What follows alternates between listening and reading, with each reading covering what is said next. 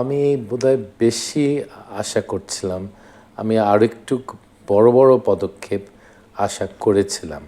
সেই পদক্ষেপগুলি কী কারণে নেয়নি আমি ঠিক জানি না। কারণ আমি সরকারের ভিতরে না।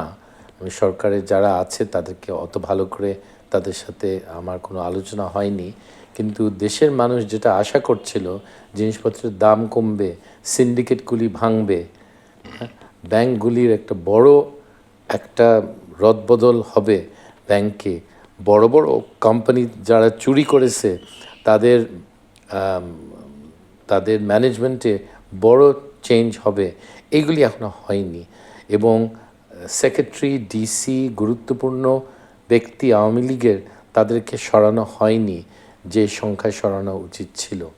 এটা মানুষ অপেক্ষা করছে, হয়তো নিবে কিছুদিনের মধ্যে, দেখা যাক।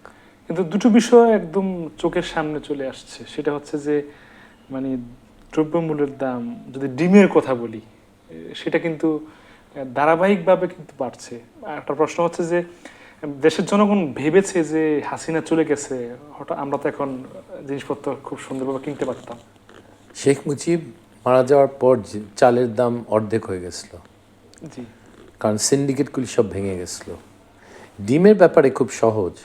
4টা কোম্পানির অধিকার আছে বাইরে থেকে ডিম আমদানি করার। ওকে, 4টা কোম্পানি। কেন?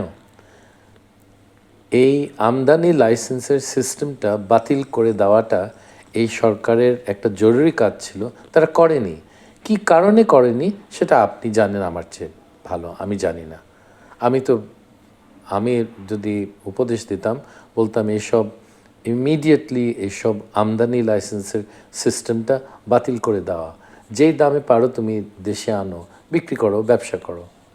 আচ্ছা, মানে আওয়ামী লীগ দেশে আসা ফিরা নিয়ে একটা পক্ষের একটা উচ্ছ্বাস দেখি আমরা, আর বড় একটা মহলের বড় একটা অংশের উচ্ছ্বাস দেখি বা প্রতিবাদ দেখি যে আওয়ামী লীগ ছাত্রলীগকে নিষিদ্ধ করতে হবে। আপনার মন্তব্য কি? ছাত্রলীগকে নিষিদ্ধ করার একটা সন্ত্রাসী সংগঠন হিসেবে ভালো যুক্তি আছে। তারা সন্ত্রাসী, তারা খুনি, তারা সন্ত্রাসী। আওয়ামী লীগকে নিষিদ্ধ করারও সেটারও যুক্তি আছে। এটা কোর্টে গিয়ে এটা যুদ্ধ করার মতো প্রচুর কথা আছে।